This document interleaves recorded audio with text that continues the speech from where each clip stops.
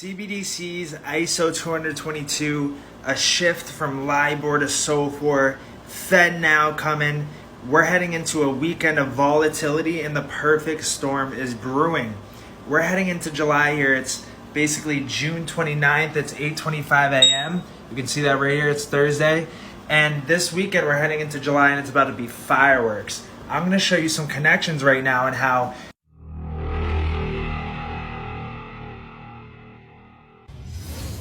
So just last week, June 22nd to June 23rd right here, there was a summit in Paris and it was the new Global Financing Pact Summit. And you had some G7, G20 countries, the UN and other organizations there. And if we go down, they were calling for a shakeup in finance, a shakeup of the financial system.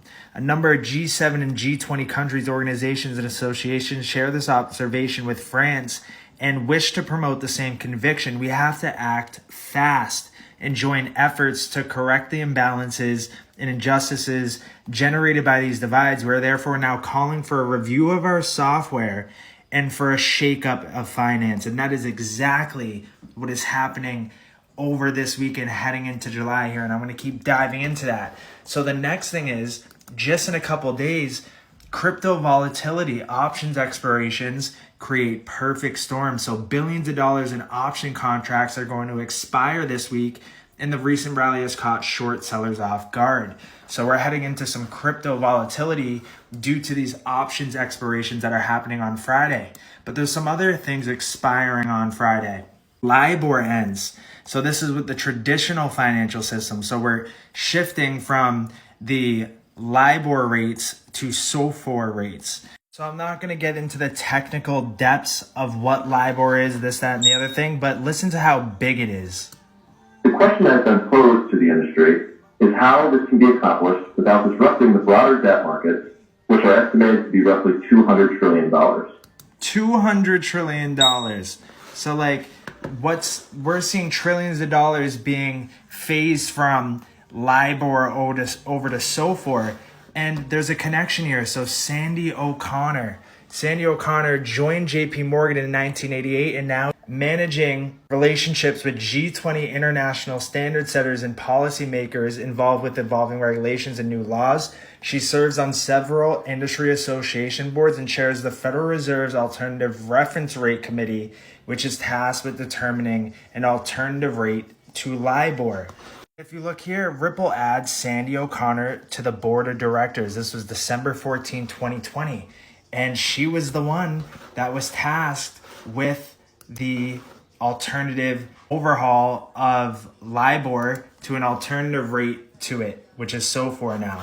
So this traditional overhaul that's happening and is happening this weekend has connections to what's going on in the digital asset space. Then you have this, the future of U.S. real-time payments ahead of FedNow launch. Advancements in the U.S. payment landscapes have emerged that have mostly addressed the front end of the payment experience. The foundational infrastructure is still in need of an upgrade, especially when it comes to the core banking rails. So as we go down, instant cross-border payments already exist, ? Another key area of development for real-time payments includes cross-border settlement. Although real-time payment initiatives like FedNow in the US or UPI in India intend to integrate with various systems that eventually enable cross-border payments, there's still a lot of work to be done before it can materialize at scale. But blockchain-based stablecoins like USDC unlock faster and cheaper payment rails which are inherently global and which already support instant cross-border settlement. So businesses can already settle payments 24/7, 365 anywhere in the world. So the countdown to FedNow right here. The existing real-time system, real-time payments network, will shortly be joined by a third, FedNow, which is due to launch in July 2023. We're here, baby. Developed by the Federal Reserve Bank and using its Fedline payments infrastructure, FedNow is a 24/7 real-time payment service for individuals and businesses. And as we go down, there's some more. So get ready for real-time. Although the US is still focused on card-based payments, real-time money movement is catching up. The arrival of FedNow has been a long time coming and a major step forward for the payments landscape in the US. Bank, financial institutions, payment processors, fintechs, and other stakeholders must all play a part in the rollout. A collective commitment to make FedNow succeed will bring big gains in efficiency and open up new opportunities for the U.S. payment industry and consumers. And this is happening this weekend as well too. Then you have a bunch of ISO 222 going live as well too this year. FedNow will also become a useful resource for B2B payments, especially because of its use of ISO 222 messaging standard that will include more contextual data about each payment previously unavailable to business owners. So they've been laying out the groundwork, and I'll show you the end goal and what these tracks they've been laying to get to.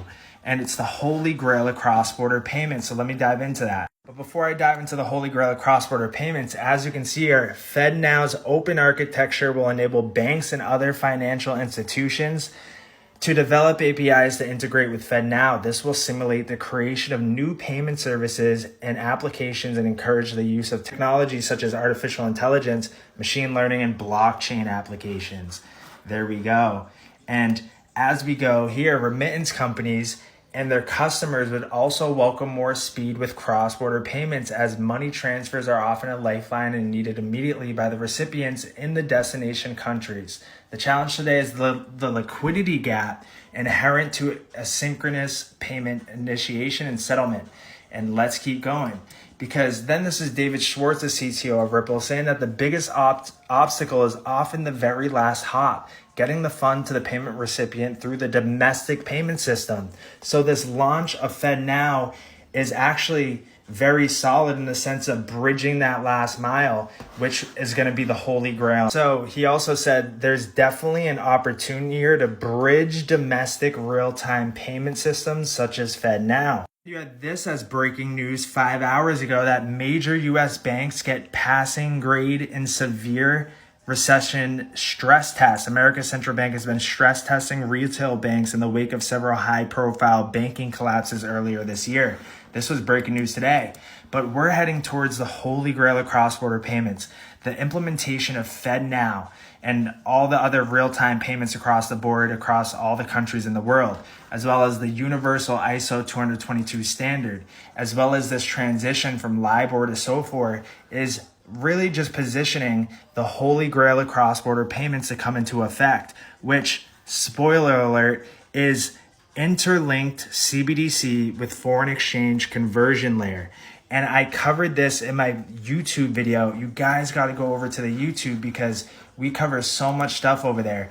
Like this, XRP being compared to a digital version of the IMF's SDR. Listen to this. New.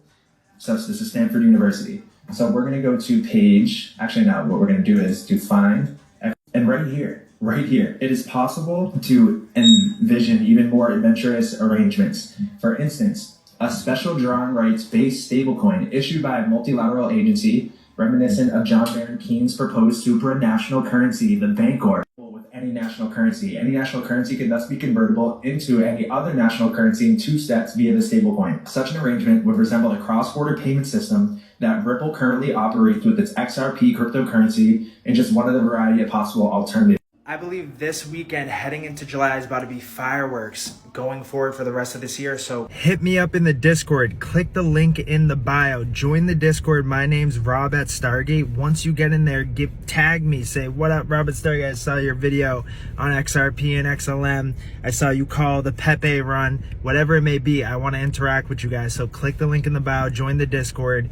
And it's Rob at Stargate. I'll see you over there. And also too, if you've seen the videos with the Stargate signals of buying and selling, we offer that software as a service. So we're getting a lot of questions about that. So join the Discord. If you have any question about Stargate and about what we do, join the Discord, Rob at Stargate. I'll answer your questions in there. I'll see you over there.